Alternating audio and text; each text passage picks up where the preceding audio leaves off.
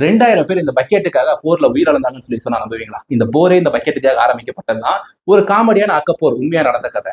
இத்தாலியில 1300கள்ல போல்கானா அப்படின்ற ஒரு நாட்டுக்கும் மொடேனா அப்படின்ற ஒரு நாட்டுக்கும் ஒரு போர் வந்துச்சு. இந்த போல்கானா அப்படின்ற நாட்டுல குலிப் அப்படின்ற அந்த மக்கள்லாம் இருக்காங்க. அவங்க எல்லாமே இந்த போப்பை சப்போர்ட் பண்ணுவாங்க. மொடேனா அப்படின்ற அந்த நாட்டுல கிப்பேலியன் அப்படின்ற அந்த மக்கள் இருக்காங்க. அவங்க எல்லாமே ரோமன் எம்பரரை சப்போர்ட் பண்ணுவாங்க. இந்த 2 பேருமே வேற வேற ஆட்களை சப்போர்ட் பண்றதுனால வேற வேற விதிமுறைகளை ஃபாலோ பண்றாங்க.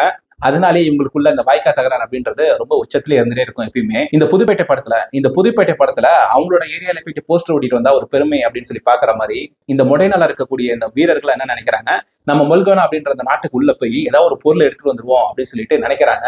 அதை எடுத்துட்டு வந்துட்டு நம்ம ஒரு வெற்றி சின்ன மாதிரி வச்சுப்போம் அப்படின்ற ஒரு கோளாறுத்தனமான ஒரு சிந்தனை வருது.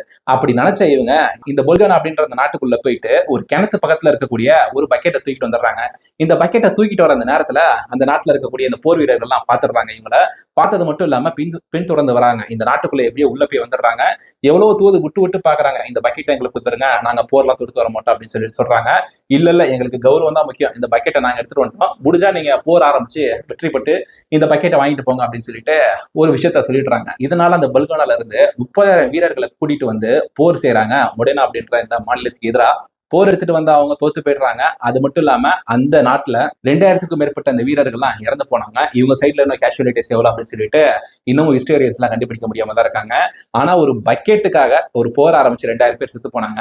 ஆனா சரி, இப்ப இந்த பக்கெட் எங்க இருக்கு அப்படின்ற ஒரு கேள்வி உங்களுக்கு வரலாம். இந்த பக்கெட்டை போரின் வெற்றி சின்னமா இன்னமும் வச்சு பெருமைப்பட்டு இருக்காங்க.